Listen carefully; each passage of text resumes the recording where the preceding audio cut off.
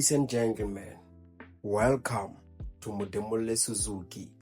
Funny story, the same day we came to this dealership, they actually gave us the opportunity to shoot two cars. And you already saw the sweet spot. Now let me introduce you to the Suzuki Fronx.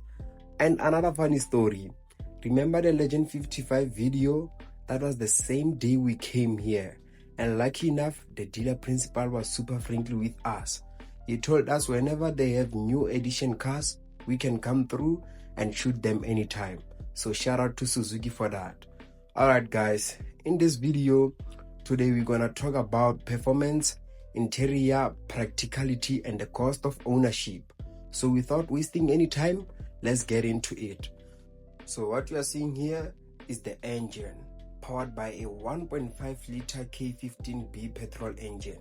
A naturally aspirated 4-cylinder, it produces about 77 kilowatts of power and 138 newtons meters of torque, paired with a 6-speed automatic transmission.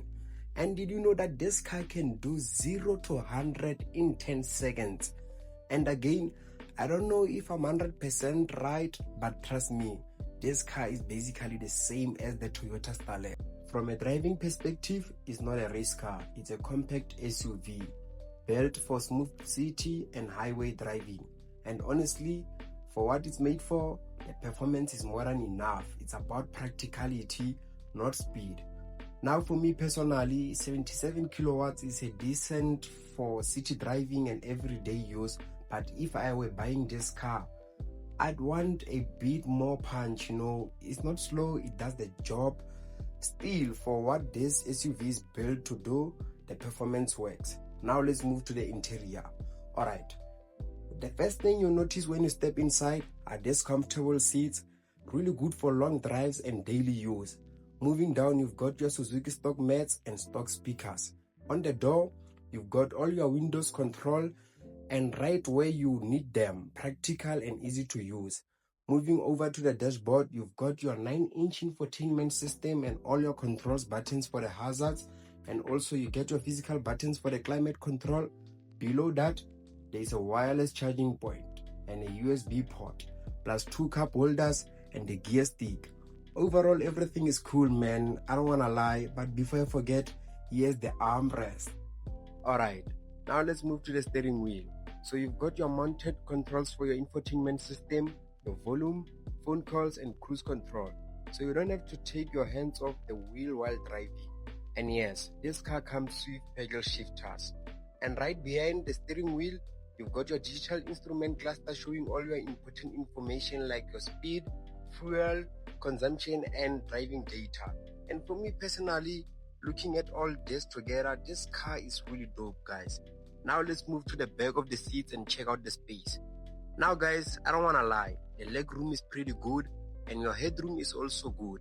You also get your air vents and USB charging ports, which is a really nice touch, especially for a passenger sitting at the back.